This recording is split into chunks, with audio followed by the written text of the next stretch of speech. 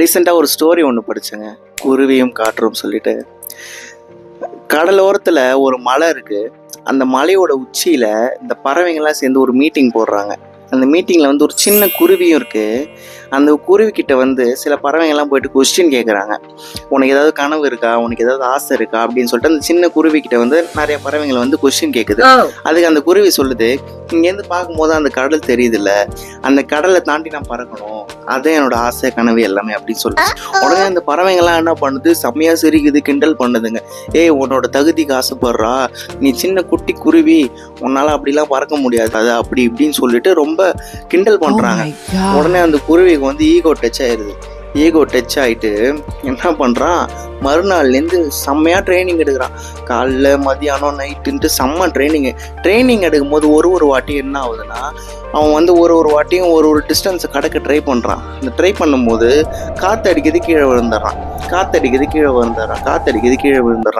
ஒரு கட்டத்துக்கு மேலே டென்ஷன் ஆகிட்டு காற்றை போட்டு கண்ணா பின்னான்னு திட்டுறான். உன்னால தான் நான் பலவீனமாயிடுறேன், உன்னால தான் எனக்கு வந்து இந்த கடலை தாண்ட முடியல, அப்படி இப்படின்னு காற்றை போட்டு செம்ம திட்டுறான். அப்படி திட்டும் போது காற்று வந்து அவன்கிட்ட சொல்லுது, நான் உன்னை தள்ளுறதுக்கோ உன்னை பலவீனமாக்குறதுக்கோ வரல, நான் உனக்கு பலம் கொடுக்கறதுக்கு தான் வந்தேன். நீ என்னை தாண்டி கீழே விழும்போது உன்னோட ஸ்ட்ரென்த் என்னன்னு உனக்கு தெரியும். நீ வந்து என் கூடவே பறந்துட்டேன்னா உன்னால் ஈஸியாக இந்த கடலை தாண்ட முடியும், இந்த கரைக்கிட்டே வர முடியும் அப்படின்னு சொல்லி அந்த காற்று சொல்லுதான்.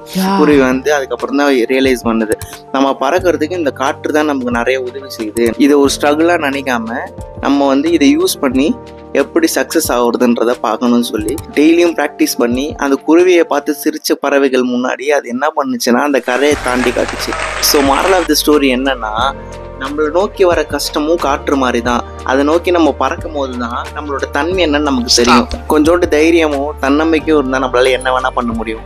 எனக்கு இந்த கதை ரொம்ப பிடிச்சிருந்துச்சு. ஸோ எல்லாருக்கிட்டையும் ஷேர் பண்ணலான்ட்டு வந்தேன். அகைன் இன்னொரு இன்ட்ரெஸ்டிங்கான வீடியோட உங்களை வந்து பார்க்குறேன். Thank you, bye bye.